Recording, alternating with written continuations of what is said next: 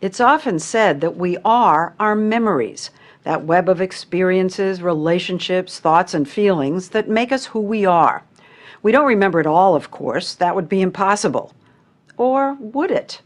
There's been a discovery in the field of memory recently, so new you won't find it in any textbook, so hard to fathom, there are some who remain unconvinced. For the moment, the scientists studying it are simply calling it superior autobiographical memory. And unless you happen to know one of the handful of people discovered so far who have it, get ready to be amazed. The story will continue in a moment.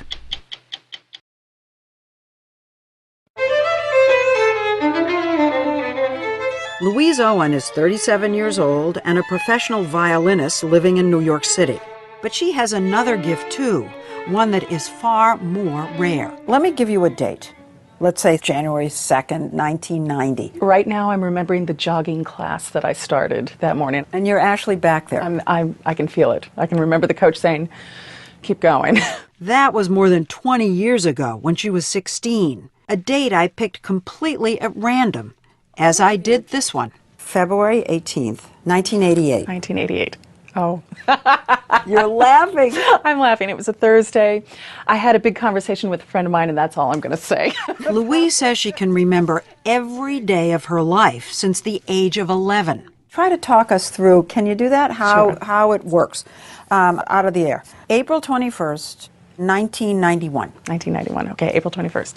So in the moment between April 21st and 1991, I have scrolled through 25 April 21sts thinking, which one is it going to be? Which one is it going to be? Okay, 1991, which was a Sunday, and I was in Los Angeles, and I had a concert with the American Youth Symphony. You went to the most important thing right, that happened that day. That was the most, I mean, you probably don't want to hear about, sort of the day. Oh, I got up in the morning, and I got dressed. You remember that? Yeah. You remember what you had for lunch?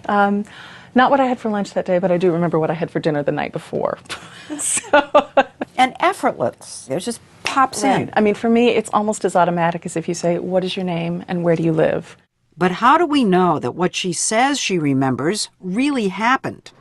Enter James McGaugh, a professor of neurobiology at the University of California, Irvine, and a renowned expert on memory. Dr. McGaugh is the first to discover and study superior autobiographical memory, and he is quizzing Louise, his fifth subject, to find out. An eye condition requires him to wear a clouded lens. Let's move back in time now to 1990. It rained on several days in January and February. Can you name the dates on which it rained? Believe it or not, she could. Let's see. It was slightly rainy and cloudy on January 14th, 15th. It was very hot the weekend of the 27th, 28th. No rain. We checked the official weather records. It rained very hard on Sunday, February 4th. And she was right.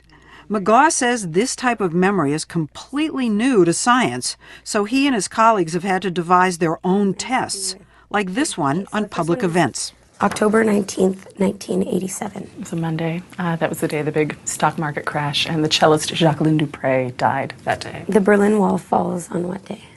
November 9th, 1989, which was a Thursday. Christopher Reeve's accident occurred on what day? It was Saturday, May 27th, 1995. And when were the Oscars held in 1999? In 1999, Sunday, March 21st. Yes, perfect. I went to a fabulous Oscar party that day. Because these people remember things that you and I couldn't possibly remember. And they're not memorizing, there's no trick. They can do with their memories what you and I can do about yesterday. And they can do it every day. And they can do it every day. And when I ask what goes on in your brain, what goes on in your mind, they give the very unsatisfying response, I just see it. It's just there. The first person ever identified with this ability is Jill Price, who says she feels haunted by the never-ending stream of memories and hasn't wanted to meet any of the others. 40 tomorrow with a chance of snow or rain. Next was Brad Williams, a radio news anchor and reporter from La Crosse, Wisconsin, who isn't bothered by his memory. He says it comes in handy at work and playing trivia games. I would get 6,000, 7,000 points. Everybody else would get 1,000 points. third was Rick Barron from Cleveland. Do you remember every movie you've ever seen? Sure. And you remember when lots of television shows started? Anything. Movie. 60 Minutes? Tuesday, September 24th, 68. The first Sunday show was September 19th, 71. August 1st, 1974. Thursday. Why do you know that? Well, that's my most memorable August 1st. And Bob Petrella, I moved to LA that year. a TV producer and writer who serves as the collective memory and sometimes the evening entertainment for his friends. 1996, April 27th, which was a Saturday. It was a Tuesday. No, April 27th, 96. Chart? No, oh, I'm in 93. See? It was a Saturday. Everybody You're right. else can't remember anything as getting older. I have an almanac and I'm wrong. I must confess that when I first heard about this research, what surprised me was not that this condition existed, but that it was considered so rare. That's because it sounded like a description of a friend of mine, the actress Mary Lou Henner, the star of the hit TV show Taxi. She lives with her husband and 2 sons from a prior marriage in Los Angeles. Hey, Mom, what day was Valentine's Day in 79? In 1979, it was a Wednesday. And you're right. How do you know, you've lived with me your entire Yeah, but life. you've never explained how you do that. I don't do it. I just see it. You and I have known each other 25 years. I can rattle off almost every single time I've seen you. Do you remember when we went to Oriole, the restaurant? That was 93. Oh my gosh. That was Oh June my- 1st, the Tuesday. And what did we eat? I had the salmon because She even remembers what day she first wore many of the shoes in her large and well-organized closet. Like these shoes, I wore them the first time I wore them October 18th, 2007. These I wore on April the 21st of this year, so that was a Tuesday. These shoes I got a long time ago. It sure seemed like superior autobiographical memory to me. 1982. I got them on April the 9th, so that was a Friday of 1982.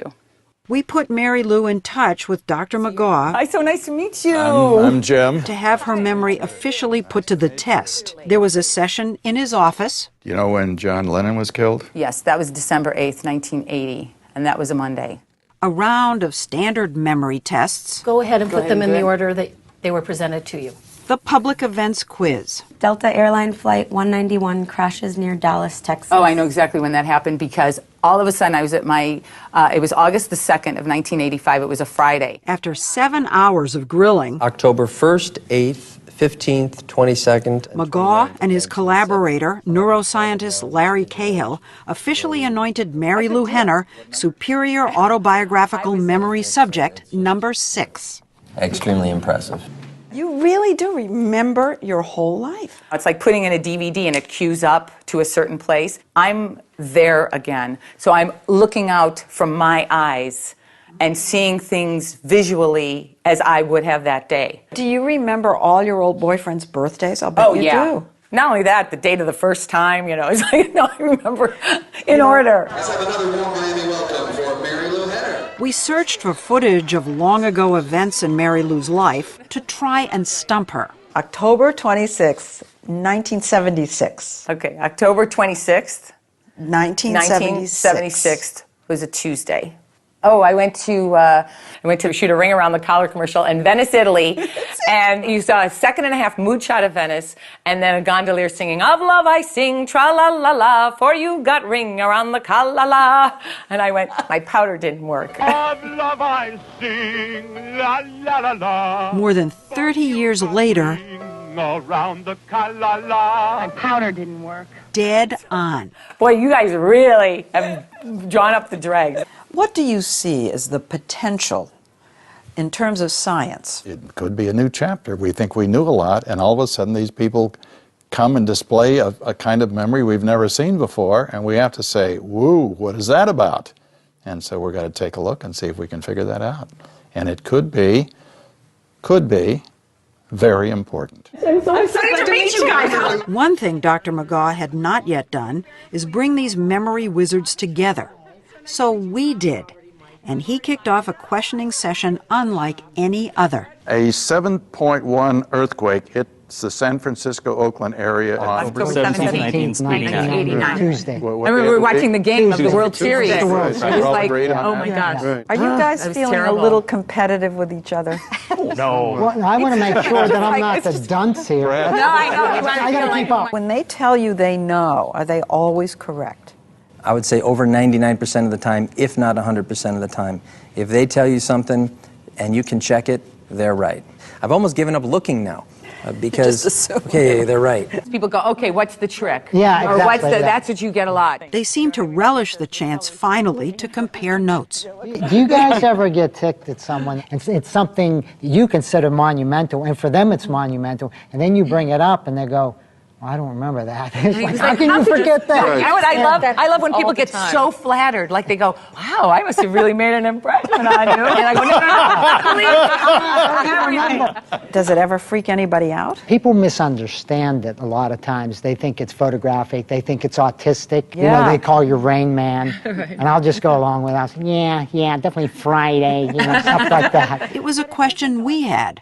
Are they autistic? Are they anything like savants? Well, I guess the answer is yes and no. They're not people who have an extraordinary ability but can't tie their shoe. And that's part of what I think makes this at least so interesting for me, is that you have this really remarkable ability in a person who is otherwise pretty darn normal. But what exactly does normal mean when you remember every day of your life?